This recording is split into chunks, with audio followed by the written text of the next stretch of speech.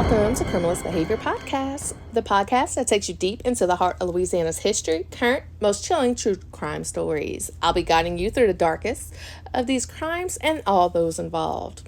Each week, we dig deep on those forgotten crimes or those crimes currently happening with the underlying legends that continue to haunt us.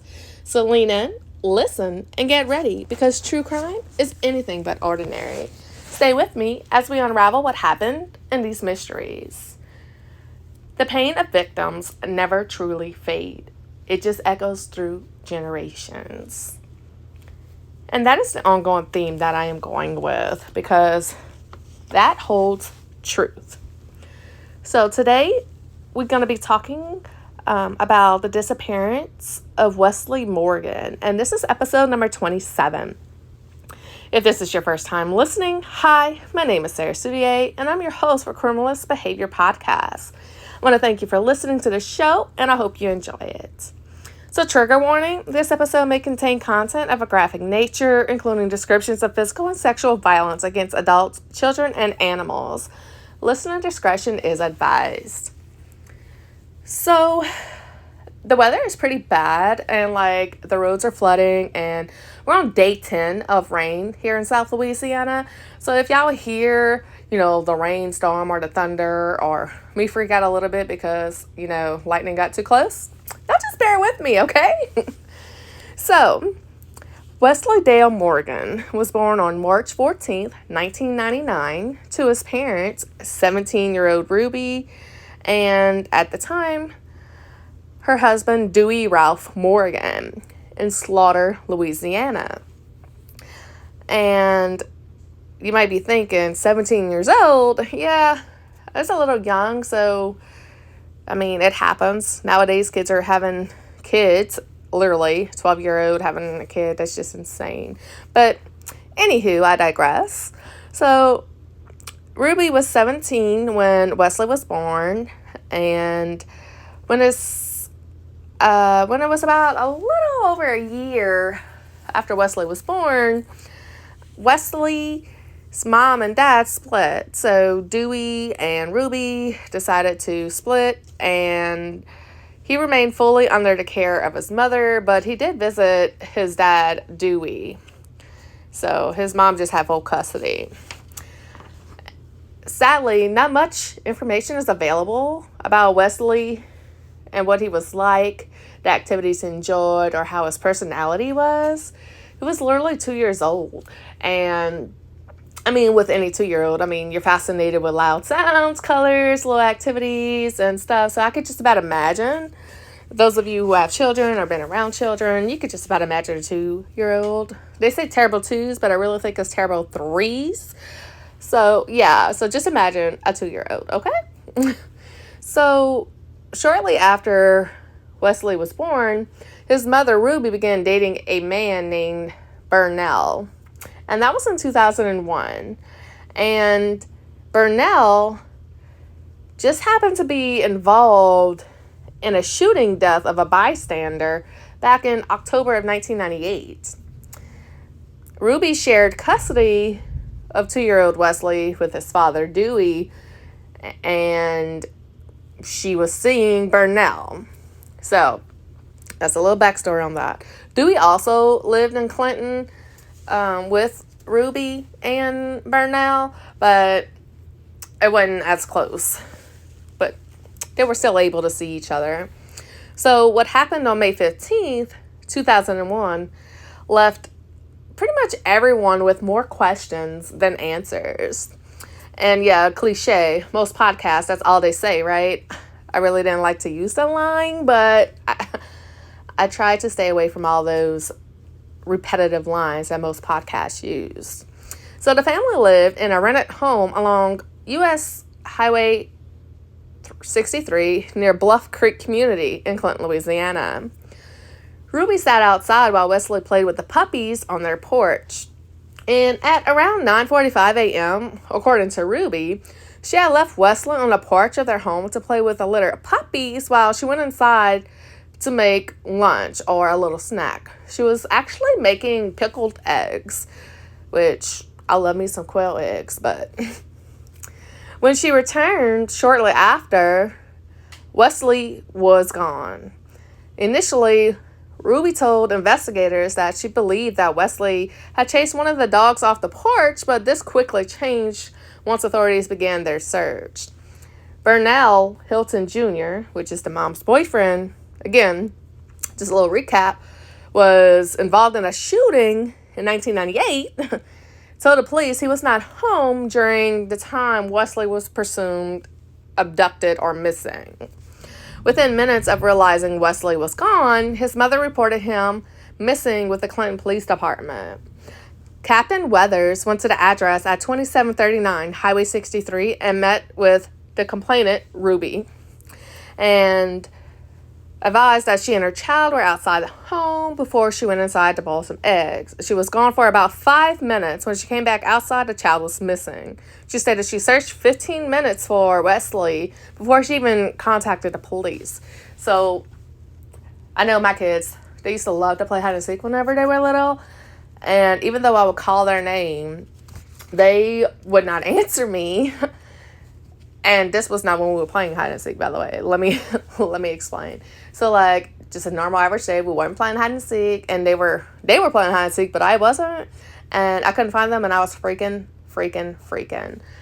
Go searching every crook and cranny, like under the bed, underneath the mattress, in the kitchen cabinets, wherever. And your heart begins to pound. So I can imagine how Ruby is feeling at this point, in which, crap, 15 minutes is a long time to search, because I know, like, minutes go by rather fast. So 15 minutes, she went up and down, and she was searching like a frantic mother, like I would have been. 15 minutes could seem like 3 hours. So nonetheless, she called 15 minutes and made a report with the Clinton Police Department. As soon as the report was made, officials with the Clinton Police Department initiated a large-scale search of a 5-mile radius surrounding the home with the use of sniffing dogs.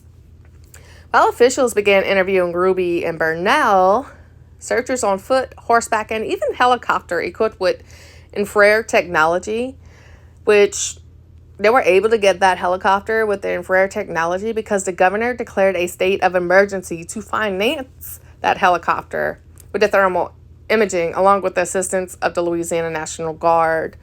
And they were all searching the wooded area near the home, searching for any signs of Wesley. Roadblocks were also set up to question all drivers passing, just to see if they knew any information that looked suspicious. Maybe little Wesley's in a vehicle with them. Just whatever the case may be. So by nightfall, Louisiana State Police joined law enforcement officers from 5 regional jurisdictions in assisting the Clinton Police Department. They searched homes and questioning neighbors, and simultaneously, local firefighters led 200 volunteers, including the missing toddler's father and inmates from 2 local prisons, combing through the thick surrounding woods and low hills on foot, horseback, and 4-wheeler recreational vehicles. They only stopped occasionally to avoid the snakes, and they poked at the holes or the bottom of the creek with long poles to see if they could feel anything, or maybe a body might be in there. But they came up with nothing. And the fact that they actually used inmates from 2 prisons to help is ludicrous to me. I mean, I guess that's part of community service, but you really want a prisoner looking for your child? I guess at this point, you would kind of want anyone to help looking for your child. But I think that's a little dangerous. I think that's a little dangerous. Before week's end, cadaver sniffing dogs joined the search. National Guard helicopters scanned for heat signatures in the woods using their thermal imaging equipment. And the FBI got involved, and they employed the UV lighting to search 3 automobiles for bloodstains. So they were literally looking every nook and cranny going untouched. When the search ended, East Feliciana Chief Deputy Paul Perkins told reporters, "We've combed and recombed those woods. If little Wesley was around here, we would have found them, or the dogs would have. This case is now most definitely a criminal investigation." So at this time, this is when the investigators decided to turn it into a criminal investigation. Something, a foul play, is most likely to have happened. The boy didn't just wander off. So the rapid deployment teams are comprised of the FBI agents, intelligence analysts, and behavioral analyst profilers with specialized training.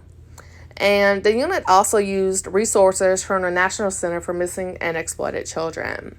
So Ruby was questioned over a course of time, several different times. And she was also under constant surveillance in the weeks following Wesley's disappearance. She claims authorities were biased against her due to her lifestyle.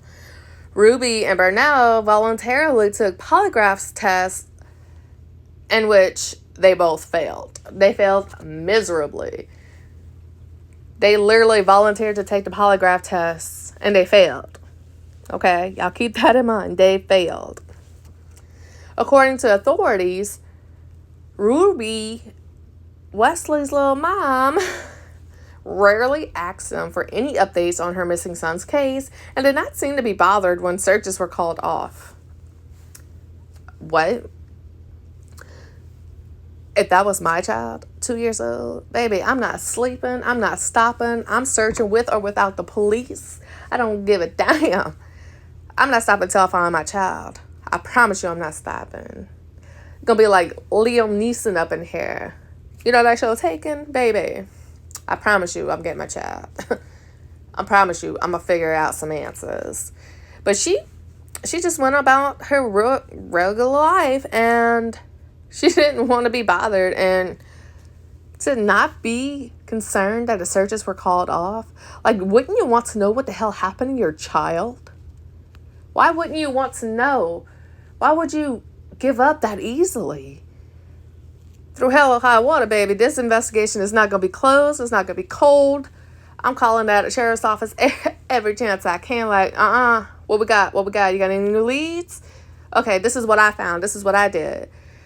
Constant communication would be key. So I promise you some answers are going to happen. So investigators continually to question Ruby about Wesley's case following his disappearance and at various times over the years. So yes, this case, y'all, spoiler alert, has not been solved. Although we've got pretty good suspicion of some things. So she always denied, Ruby always denied involvement in her son's disappearance. She insisted that officials were just biased against her due to her associating and her type of lifestyle that she really lived. Investigators said that they believe someone either killed or kidnapped little Wesley. And with that statement, this case fell dormant for 10 years. 10 whole years, y'all. 2 days after little Wesley disappeared, Ruby sat inside of East Feliciana sheriff's office. She was in the lobby and she was crying on the shoulder of a newly elected sheriff, Tamal Bunch. The Zachary Police Department had just charged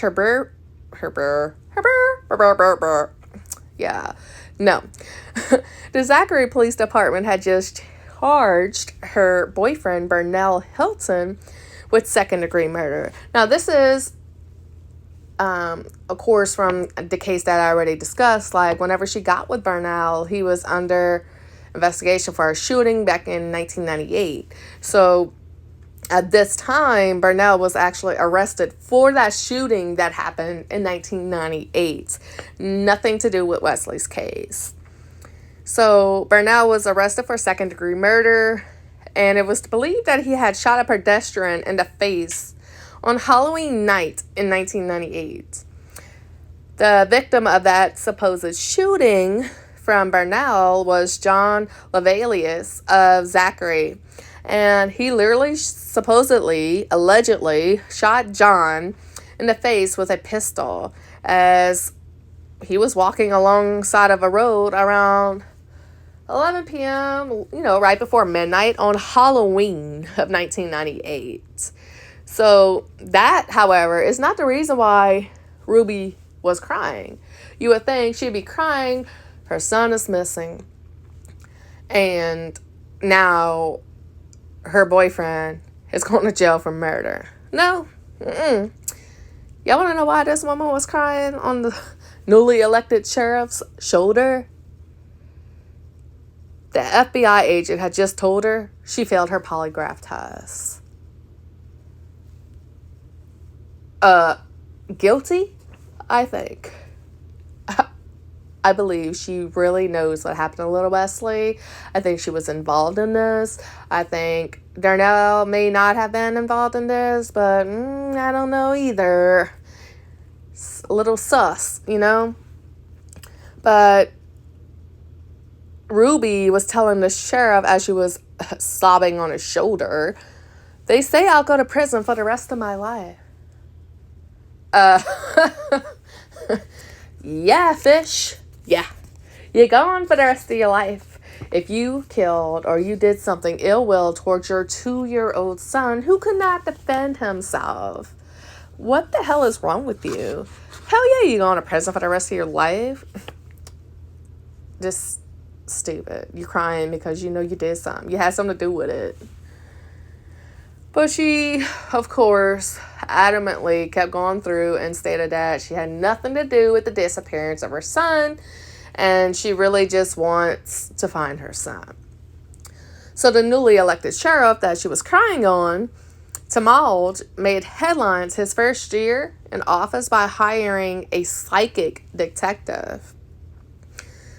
And he hired that to work Wesley's case. Now, there's this show, I don't know if it's Criminal Minds.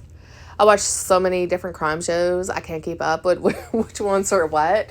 But there is one of these shows that, and y'all might be able to help me out, and y'all probably like screaming on the other end, like, hello, what's this show? But anyways, there's this psychic, and oh my God, I know it's just a TV show, but damn, if he is really that good, and if this little psychic detective that Sheriff Tamalt hired is that good, then we're going somewhere. We're going to find some answers, baby. We're going to find some answers.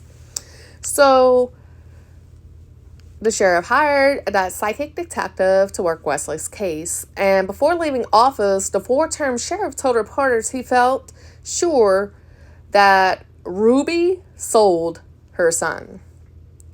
Y'all heard that correctly.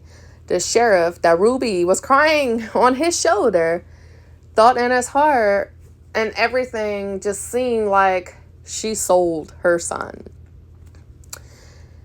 The sheriff stated, I'd love to find that boy. I know he's alive out there somewhere.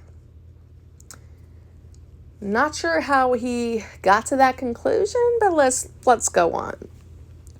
So a couple of weeks after Wesley went missing, Burnell was arrested for unrelated crime, and his ex-girlfriend had accused him of shooting a bystander in October of 1998 on that Halloween night in Zachary, Louisiana. And in early 2001, his ex-girlfriend and Ruby had a confrontation over that issue. So they got in an argument pursuing, like, Burnell shooting this guy, John, on Halloween night in the face. Like, I don't know. I mean, obviously, why would the ex-girlfriend say that he shot somebody if he didn't shoot somebody? But yet, Ruby, you take it up for your man just because that's his ex? No, baby. No, baby. No. I digress. So, the search for Wesley quickly became a criminal investigation. And in the following days, after Burnell was arrested for the shooting he was involved in, Ruby shuts down and becomes uncooperative with search efforts in finding her son. In months following Wesley's disappearance, officials conduct more searches, even consulting with that psychic detective that sheriff hired, who believes she may be able to help. Unfortunately, though, all search efforts that were made to search for little Wesley proved fruitless. Like, they did not find any evidence of little Wesley.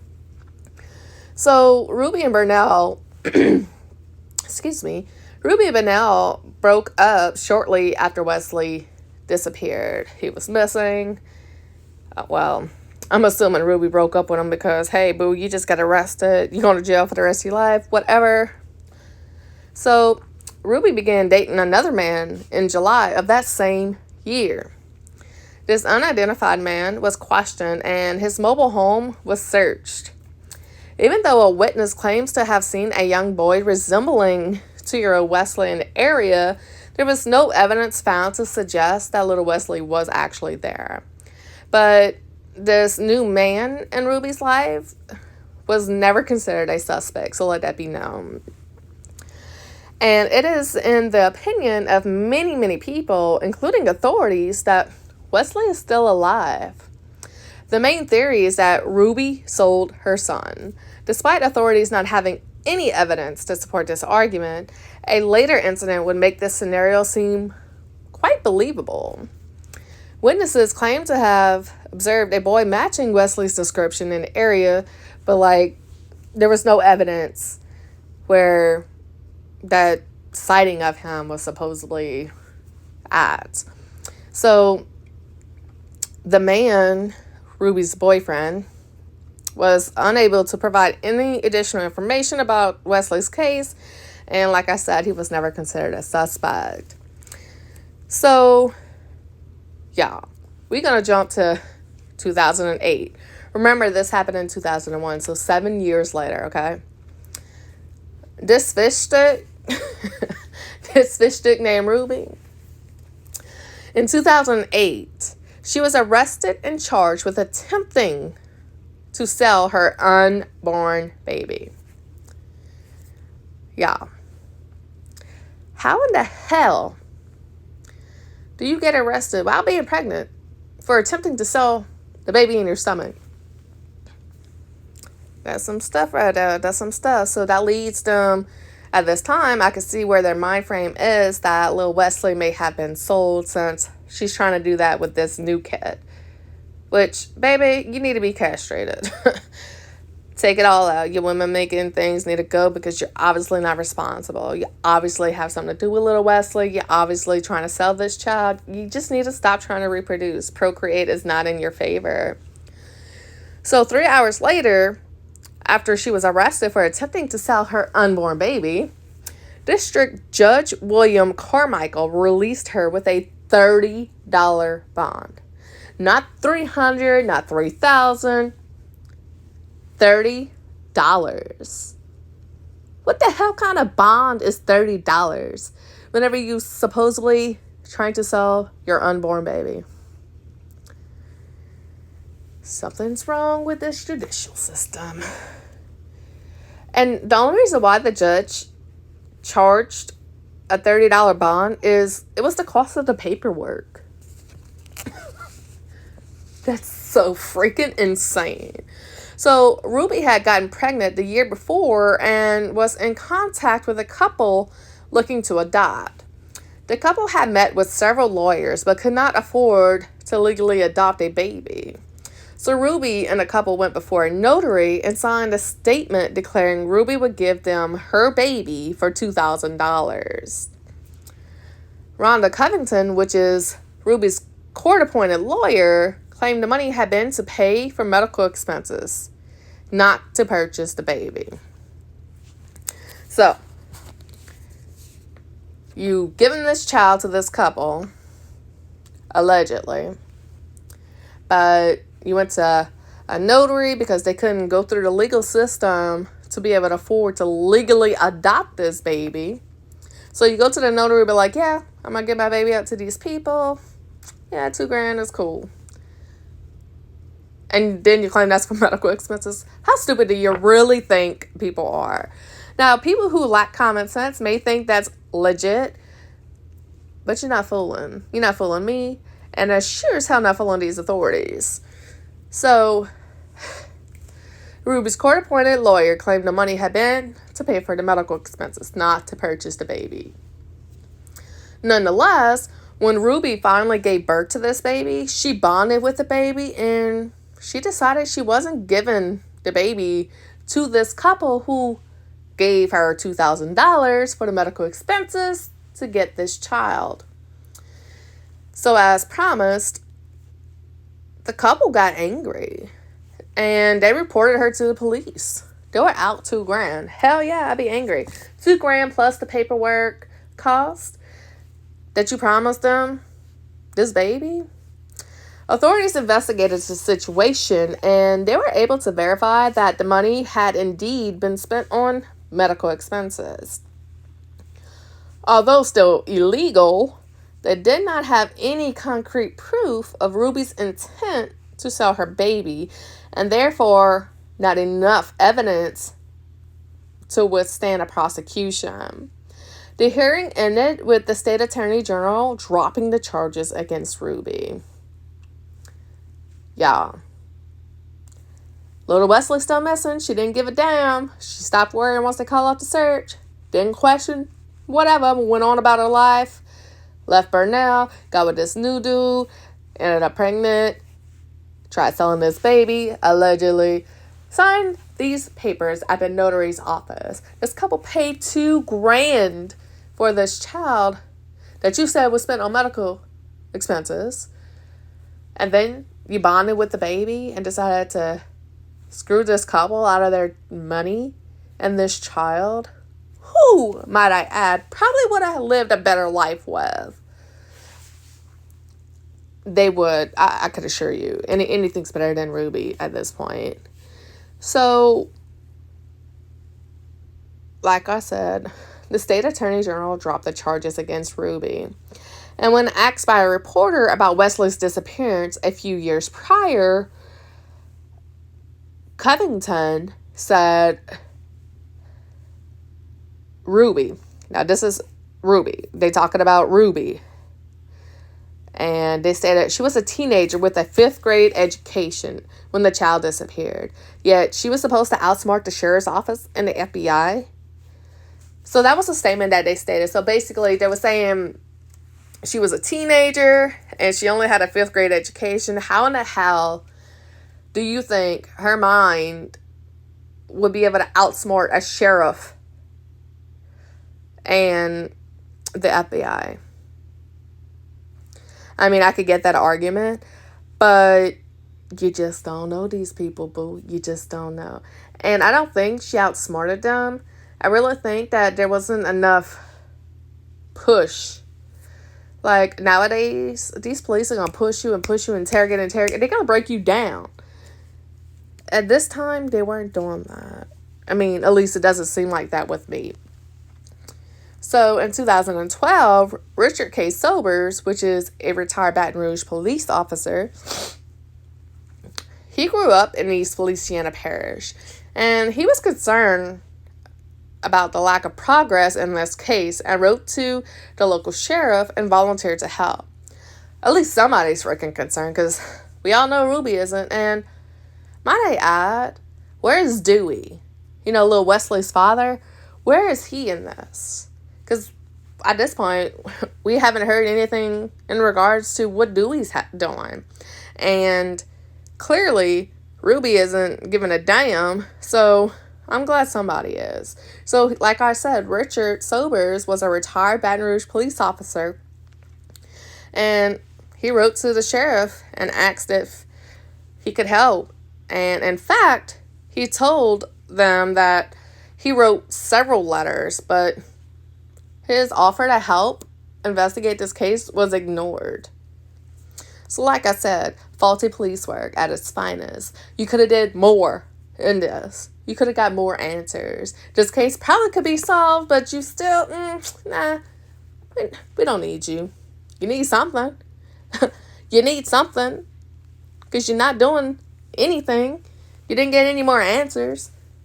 This woman literally just got off $30 bond for trying to sell her unborn baby. What? I hope y'all hear that sarcasm in my voice, because Lord knows I speak fluent sarcasm. So, yeah. So, Richard persuaded the FBI of New Orleans and Baton Rouge divisions to create a joint child abduction rapid deployment team, and he offered a $10,000 reward. As a result, the National Center for Missing and Exploited Children developed an age-progressed photo of Wesley for display on 21 digital billboards across South Louisiana. So, a little summary of that. Richard, he ignored the fact that they didn't want his help, and he got with the FBI of New Orleans and Baton Rouge and created this child abduction rapid deployment team, and got with the National Center for Missing and Exploited Children, who developed an age-progressed photograph of Wesley and dished that out on 21 digital billboards across South Louisiana. That is freaking fantastic.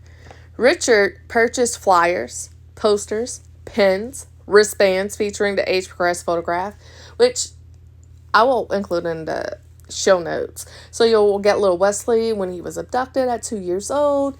You'll get the little medium age progress, and then what he would look like now. Now that is like 20-something years later, okay? So, like I said, Richard Sobers, retired Baton Rouge police officer. He purchased the flyers, posters, pins, and all that good stuff. Then he used his own money to rent a physical billboard. He expected local politicians to step up and help morally, and if not financially, but none of them did. So, this ain't even his child. But he's not giving up the hope for little Wesley. This is something Ruby and Dewey should have been done. Little Wesley deserved that. He didn't deserve to just be tossed aside like he didn't matter, like his mom and dad are doing. So, when Richard attempted to hold a candlelight vigil to remind citizens that the child remained missing, some of little Wesley's relatives threatened a lawsuit if he did not stop pursuing the case. Y'all, how you want to try to sue this retired sheriff's officer for trying to help find little Wesley? That is your family. If anything, you should be suing the mama and the daddy for neglect in this case. What? Let this man do this. Somebody needs to care. Wesley's aunt called Richard, and he said that she called regularly for time and time again, and she reached out to express her gratitude for his efforts.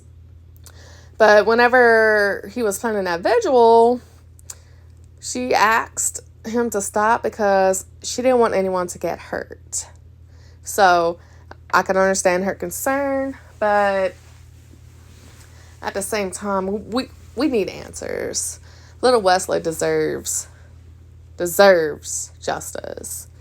So the aunt named Mary Dufer spoke to Richard and just asked him not to have the candlelight vigil because she didn't want no one to get hurt. And she really expressed gratitude towards him because she was thankful that he wasn't giving up on little Wesley. So Wesley's Aunt Mary, which was Dewey Morgan's sister, aka Wesley's father, told people that her brother remarried and was fathering other children.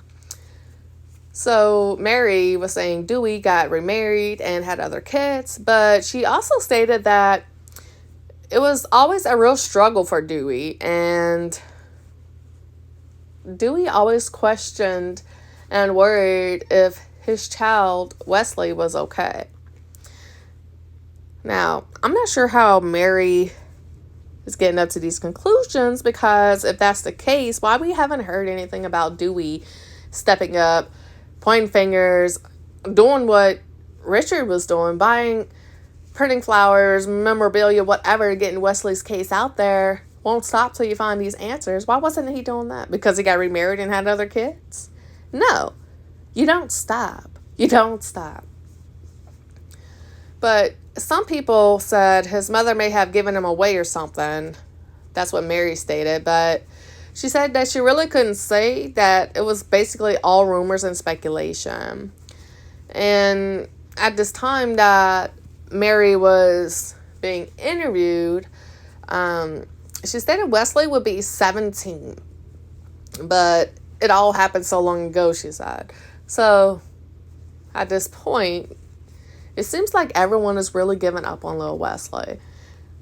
Investigators questioned Ruby about Wesley's case several times following his disappearance and at various times over the years. And she has always denied involvement in her son's disappearance. She insisted officials were just being biased against her due to her associates and their lifestyles. So, Richard, the retired sheriff's officer, stated she knew many in law enforcement. She once charged a deputy who Sheriff Bunch had followed her with joining her for sex in another deputy's mobile home. That's significant amid rumor, and she worked as an occasional informant for the department. So, Ruby, little Wesley's mama, apparently intertwined with the sheriff's department, apparently sexual favors and stuff. That's probably why this investigation went the way it did. Little Wesley was just forgotten. So, Richards said that he grew up in the East Louisiana parish and is embarrassed at how little public officials have done to locate little missing Wesley. Sometimes, Richards overstated, it seems like some secret society or at least an elite level of citizenship controls justice in East Louisiana. If you are not a member of this upper class, whatever you want to call it, justice system that's going on in East Louisiana, it doesn't matter how good your ideas are or how worthy your cause is. WESLEY DALE MORGAN would not still be missing if he had been born into these families. The whole country would know his story. But because he was born to young mother, 17 years old when she was pregnant for him, Ruby, and little Dewey, no. He did not get the justice. This case did not get out there. So I'm hoping with me covering this case or other podcasters covering this case, the Louisiana Missing Exploited Children, the FBI, y'all please don't stop. Don't stop searching for Wesley. He deserves justice. WESLEY DALE MORGAN has been missing for 22 years. If he is still living, he is now 24 years old. So, where the case stands today, in April of 2016, the FBI announced that they were initiating a new investigation into Wesley's disappearance, along with announcing a new $10,000 reward for information. And then since that, the 21 electronic billboards have been erected in the Baton Rouge area. And today, like I said, it's been over 20 years since Wesley disappeared, playing with his puppies on that front porch. If you have any information, please contact the FBI tip line at 800-CALL-FBI. The East Feliciana Parish Sheriff's Office at 225-683-5459. You could also call Crime Stoppers, and remember, you could also call it anonymously, so you don't have to be known for being the caller, and you wouldn't have to be testifying in this case, but you could contact Crime Stoppers at 225-344-7867. So Ruby was happy, allegedly, to see that her son's case reopened. She continues to live in Louisiana with her husband and 2 daughters. Many of Wesley's relatives, Clinton residents, and people involved in this investigation at the time are still hoping to locate little Wesley. So, y'all heard that right. Dewey went, remarried, had kids.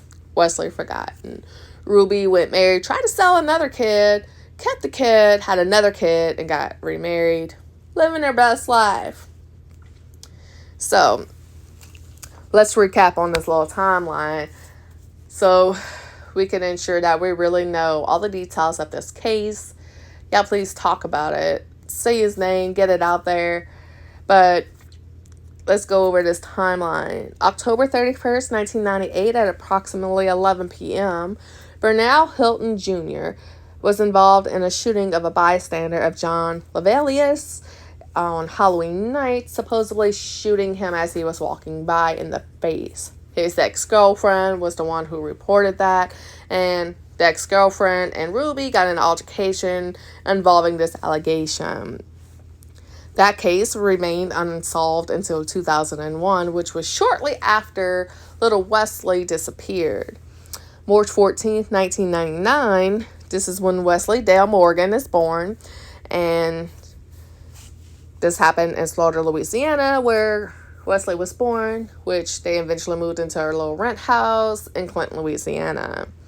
May 15th, 2001, at approximately 9:45 a.m. is whenever Ruby decided to leave little Wesley on the porch playing with the puppies and supposedly ran off chasing a dog. But anyways, little Wesley disappeared.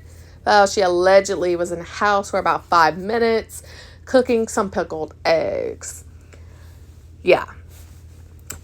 Little Wesley Morgan was last seen wearing a gray Mickey Mouse shirt, blue shorts with green stripes extending down one of the legs, and sandals.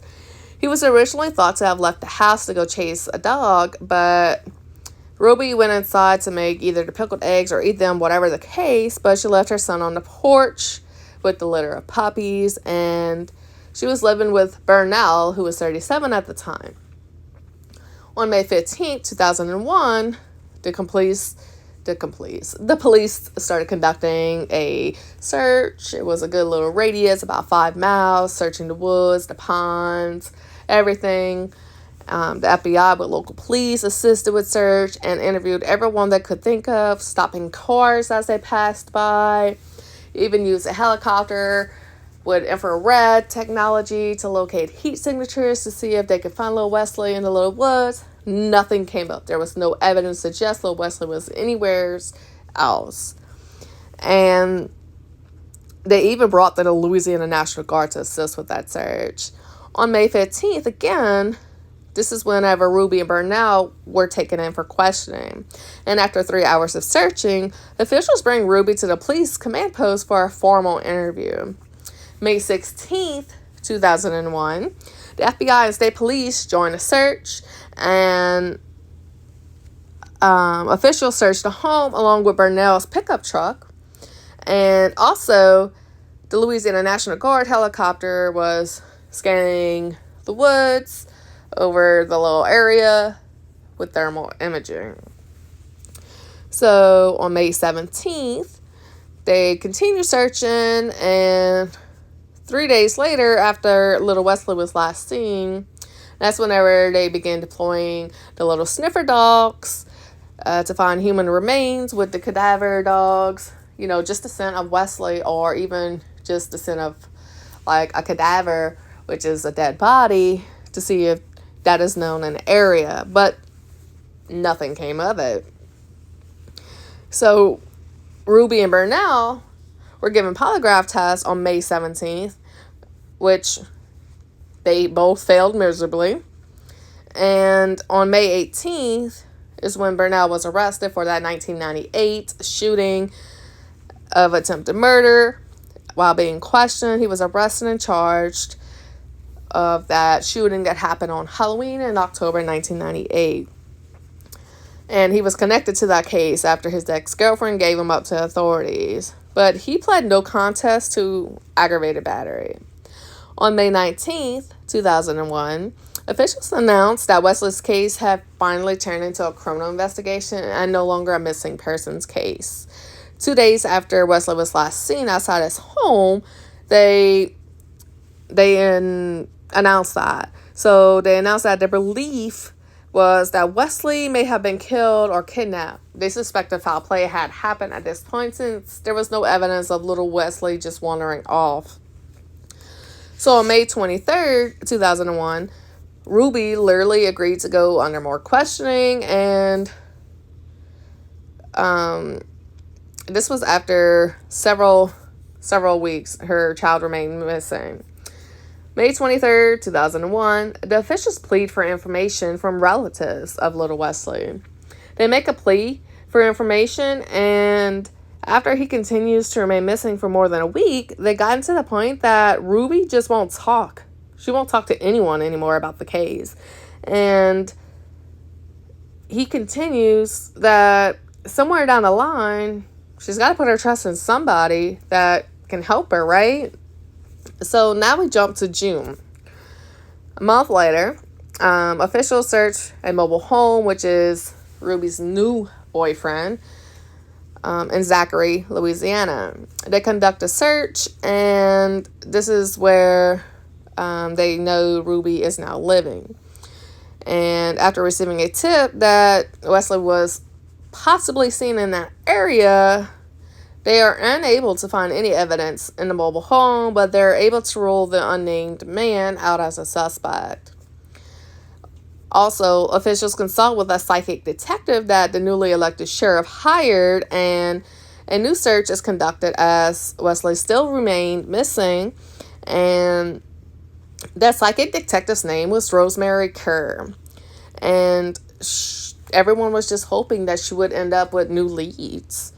The psychic reportedly suggested that officials search an area near Bluff Creek. And after this, they conducted another search near Wesley's home near Bluff Creek. And that search lasted about 3 hours, but there was no additional evidence found, nothing to suggest that little Wesley was around that area.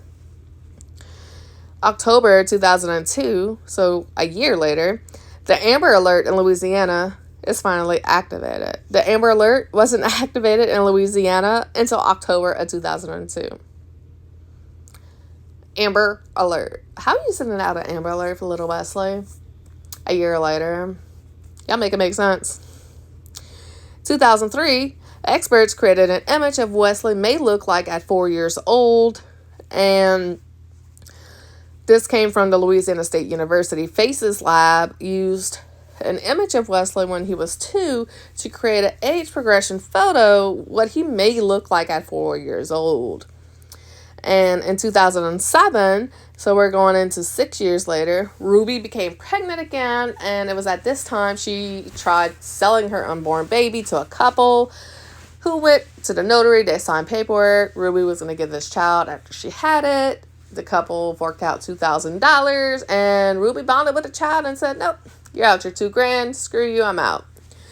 So they decided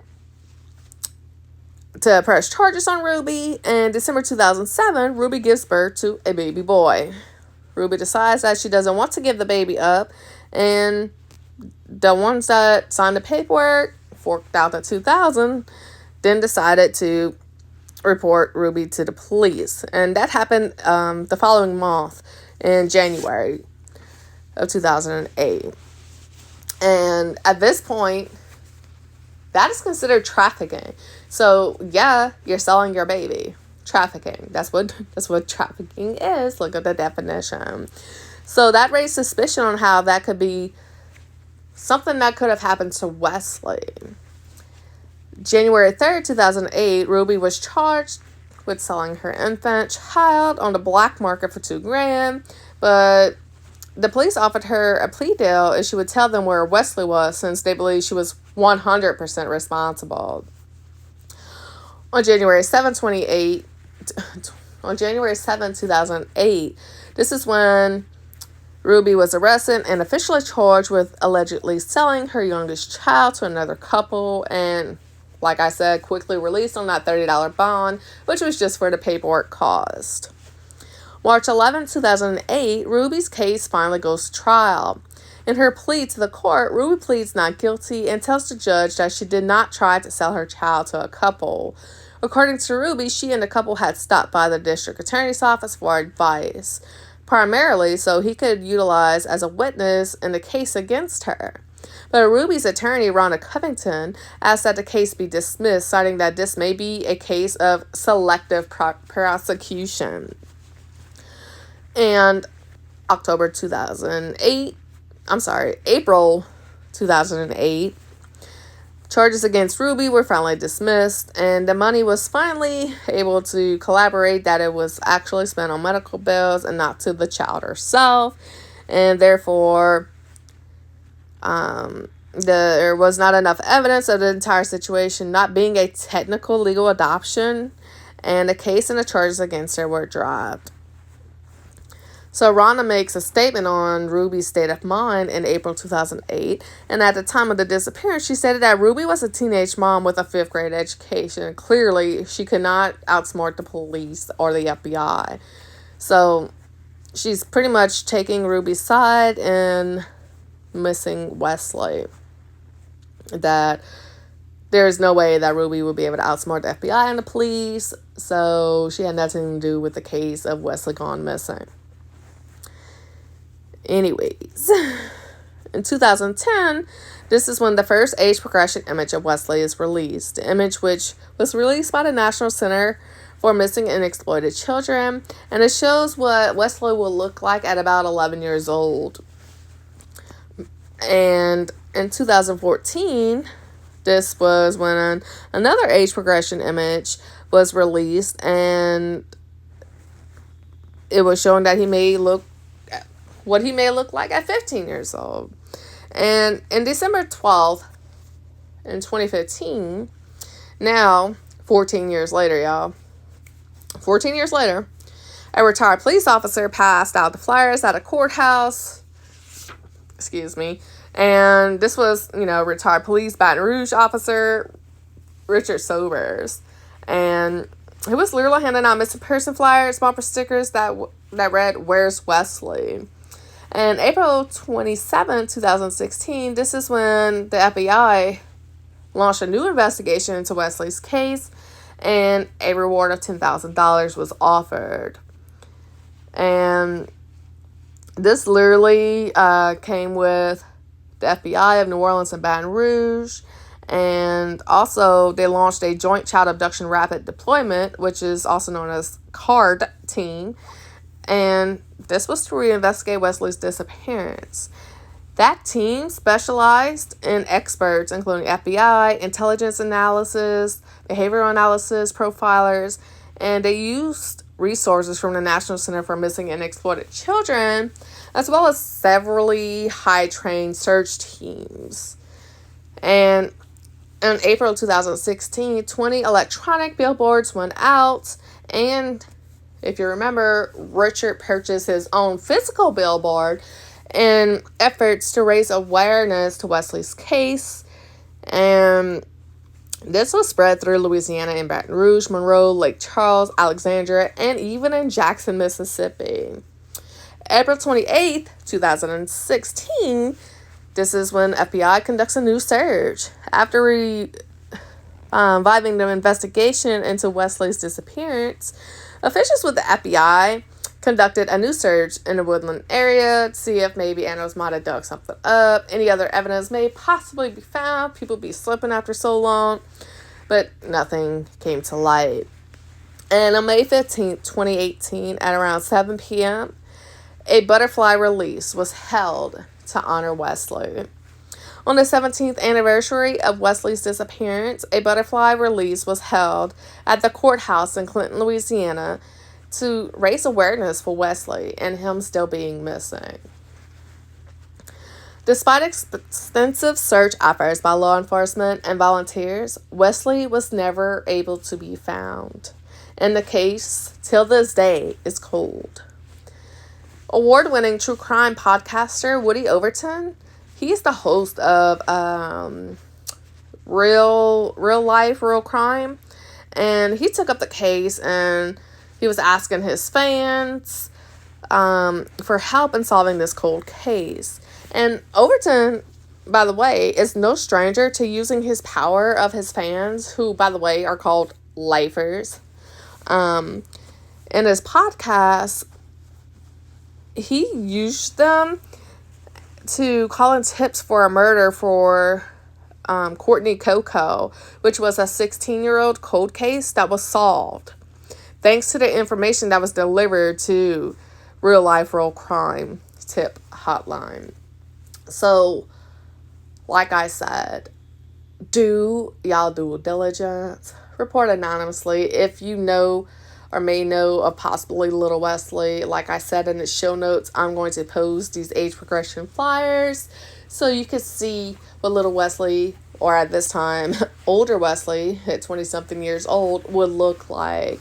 Wesley, if you're listening, please just reach out so we all know that you're okay. Your daddy misses you. We really hope no foul play is there, but we hope you had a good life. We hope you're amazing and you're just accomplishing great things. So, the information, date that Wesley went missing, again, May 15th, 2001. He was born on March 14th, 1999, and his current age will be 25 years old. And he was 2 at the age he went missing. His NamUs number is MP4168. He was known as to be a Caucasian male, 3 feet tall, weighing 40 pounds. At the time of his disappearance, he had strawberry blonde hair. So again, Wesley was only 2 years old when he vanished from his home. He was last seen wearing a gray Mickey Mouse shirt, blue shorts with a green stripe extending down one of his legs, and sandals. And he would be 25 years old today. So if you enjoyed our show, please rate, review us on Apple, YouTube, Spotify, wherever you get your lovely podcasts. We also have a website. Our website is going to be linked in the show notes, but it's www.criminalist-louisiana-true-crime-podcast.com. So I know that's a whole lot. Like I said, it's going to be located in the show notes. So you could go ahead and check out our website. I am going to upload some more cases and information. The site is undergoing, so beware that, like, under the different Patreon options, I'm not charging anyone at this time for any episodes because I'm trying to just get our name out there. So just keep on listening, y'all. I thank y'all for tuning into the show. If y'all have any questions, let me know, what do y'all think of this case? Did Ruby or Burnell possibly have something to do with it? Do y'all think they were involved in this? Do they part of foul play? Do y'all think Lil Wesley is still alive, that she possibly sold him? I mean, let me know. Again, y'all can reach out to us on social media. We got Tumblr, Facebook, Twitter, TikTok, Insta, Facebook, if I didn't mention it, whatever, all of these lovely social media apps. So you could also email us at criminalbehaviorpodcast@gmail.com. Case suggestions, if you want to be a guest on the show, anything you want to talk about. I'm open ears. So, like I said, just tune in next week. We release episodes every Wednesday and Friday, so they'll be available at the latest Thursday morning and Saturday morning. So, if you enjoyed our show, just come back and listen to us, because we're going to have some more cases coming out. And until then, this is your host, Sarah Soudier. And, oh, y'all, one more thing. I can't believe I just didn't even announce this. Such good news. But, y'all, Criminalist Behavior Podcast was nominated for the Women's Podcasting Awards. Voting is August 1st, 2024 till October, I think it's October 20th, 2024, but I'm going to share it on all of our social media pages. But again, y'all, Women Podcasting Awards, like, how freaking cool is that? I cannot believe I forgot that. Such exciting news. We're going places. And like I said, I'm only doing this in my spare time because I believe in justice. I believe in helping these cases get out there, be heard. So 1, we could prevent things from happening, or 2, we could solve these cases, and maybe 3, protect other people. I'm a very good advocate on helping people, helping children. I just want to help. I want to help any way I can. And true crime is very interesting to me. As I do have my associates in crime scene investigation, as well as my bachelor's in criminal justice administration and management. So yes, I'm really out there. I was a former cop, in case you didn't know, former prison guard, at all male security prison. So like I literally have a wide spectrum. I'm also in the medical field. I currently work at a lab, but I do have pretty much associates in nursing. But I'm almost finished with my bachelor's in nursing, so fingers crossed on that. But yeah. So some exciting things happening, but definitely keep listening to the show. It's only going to get better from here. So bear with me. I do thank y'all for being supportive and just listening to the show. That in itself is all I'm trying to do, is get these names out there, get these cases heard. Y'all spread the word. Spread it like wildfire. Let it go. So until then, this is your host, Sarah Studier, and in the realm of things of true crime, even the most innocent can become entangled in a web of deceit. So y'all remember that. One bad apple can make the whole bunch turn. Y'all keep that in mind. Watch who y'all hang out with. And y'all have a wonderful night. I'll see y'all back on